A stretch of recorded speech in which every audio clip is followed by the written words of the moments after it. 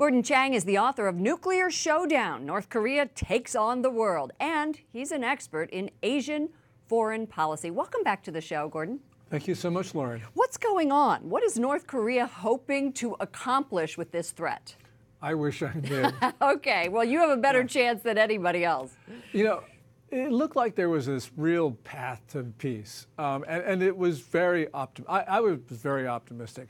The problem, of course, is that the North Koreans are North Koreans, and so what they did was they pulled the plug on this, I think at least, but only temporarily. And the reason is they really need sanctions relief from President Trump. So I think that this summit will go forward, maybe not June 12th, which is currently scheduled, could be July 12th, could be August 12th, but I think that it will occur. Yeah.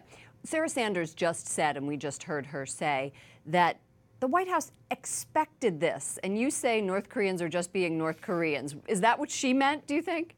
Probably.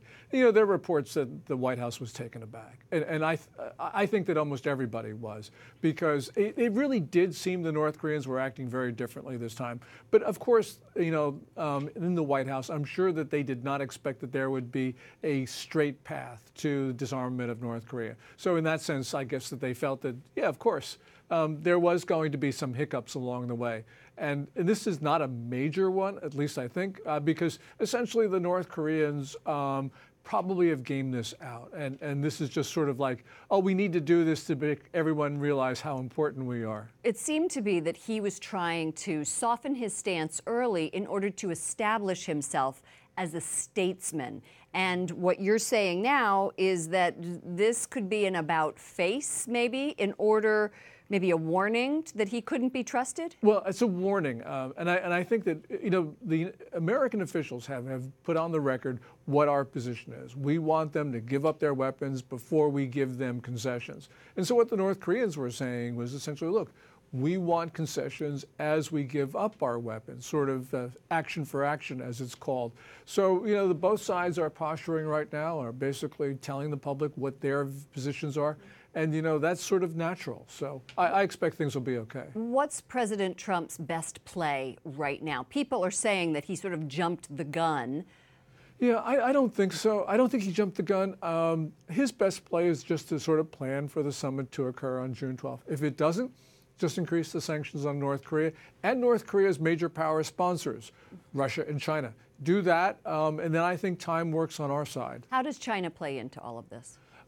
China's sanctions enforcement over the last 2 months has markedly deteriorated. They have actually been, I think, supporting the North Koreans. There's a lot of evidence to show this. What most maybe dramatic was just a couple days ago we learned that gas and diesel prices in the northern part of North Korea have dropped dramatically this month. And that's only going to happen if the Chinese are shipping lots of oil into North Korea. I think what the Chinese are trying to do is say, look, to President Trump, every solution to North Korea runs through the Chinese capital. So it's sort of like saying, here we are, you got to deal with us.